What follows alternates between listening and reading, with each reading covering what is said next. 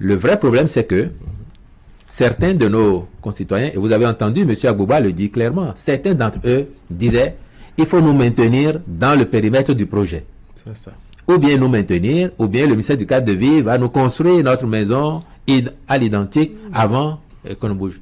Ce que prescrit la loi, c'est le dédommagement. Or, en l'espèce, et pour le cas de M. Agbouba tout au moins, qui a circulé, une évaluation a été faite, contestée, une réévaluation a été faite, et le montant a dit d'espère a été fixé pour le dédommagement. À partir de ce moment-là, l'espèce est l'arbitre entre l'État et les parties concernées.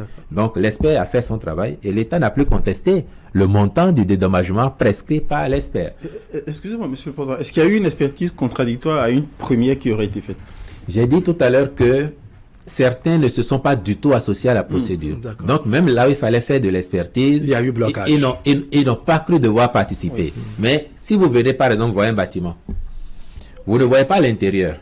Vous voyez un bâtiment de type R+1, R+2, R+3. Vous êtes expert de la matière. Vous pouvez fixer un quantum pour la valeur de ce bâtiment. Il ne sera pas forcément juste tant que vous n'avez pas le détail des matériaux de ce qui a été fait. Maintenant, si vous le voyez de l'intérieur, vous voyez les équipements. Quel type de carreaux ils ont utilisé?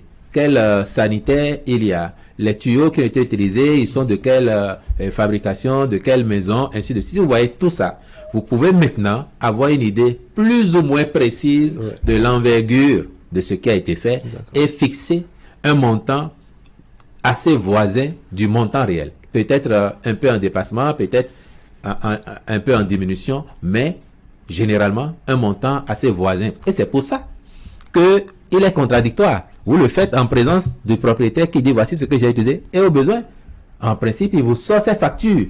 Et quand vous avez les factures, vous savez très bien que il a effectivement déboursé autant d'argent et en ce moment-là, vous aboutissez à un montant consensuel. À défaut, le rapport de l'expert fait foi. Et en l'espèce, nous avons une première évaluation qui fixait, me semble-t-il, le montant, pour parler de notre même compatriote Agbouba, qui fixait, me semble-t-il, une première fois, la valeur de la maison autour de 68 millions. Mais après, quand il s'est associé et tout, on est passé à 92 millions. C'est ça. Alors, est-ce à dire que, de façon résumée, ce qu'exige Maître Agbouba n'est pas ce que dit la loi? Alors, vous voyez, j'ai dit tout à l'heure qu'il y avait peut-être quelques centaines de nos concitoyens sur le périmètre. Oui. Si vous faites droit à un qui dit « moi je veux rester dans le périmètre », au nom de quoi, sachant qu'il y a le principe de l'égalité des citoyens devant la loi, vous ne feriez pas le même droit à d'autres qui diraient « moi aussi j'ai envie de rester là ». Même si notre projet individuel dénote, c'est-à-dire sort carrément de l'esprit de ce qui va être fait en place, dès lors que vous accédez à la revendication de l'un, vous vous astreignez à faire pareil pour les autres. Et en l'espèce ici, je voudrais que on nous entende et que acte soit donné au gouvernement de ce que l'objectif n'est pas de faire mal à nos concitoyens. On sait très bien qu'il y a une valeur affective à un bien qu'on a acquis, à une maison qu'on a construite. Même si on ne l'habite pas depuis longtemps, c'est parce qu'on est habité de sa sueur, de son envie. Il y a une valeur affective, on le sait. De sorte que s'il n'y avait pas de nécessité, personne n'aurait fait ça. Personne n'aurait fait ça s'il n'y avait pas de nécessité.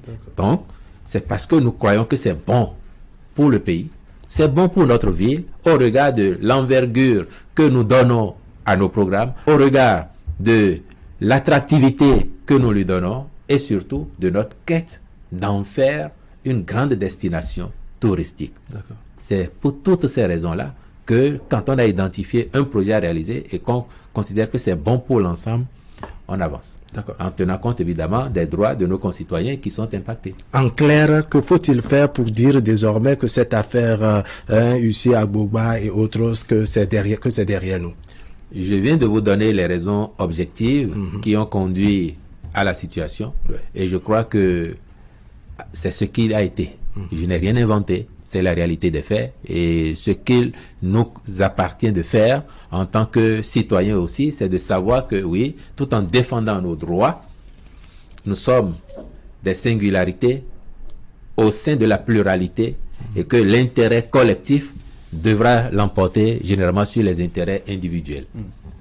Ce qui est sûr, le gouvernement ne fera pas obstruction à sa tentative, je parle de Maître Aouba Lussier, de poursuivre peut-être une procédure pour se faire entendre. Nous sommes dans un état de droit. La procédure va faire quoi? La procédure va regarder, est-ce que l'État a accompli les tâches qui lui sont assignées par la loi? Est-ce que l'État a entrepris de dédommager? Et la procédure constatera que beaucoup ont déjà été dédommagés, ont été prendre leur argent. Elle constatera que certains n'ont pas été dédommagés, pas parce que l'État n'a pas voulu, mais parce qu'ils ne se sont pas associés. Et elle constatera, comme ça a déjà été constaté d'ailleurs par la CESAF, que l'État, par précaution, a consigné les ressources nécessaires au dédommagement de ces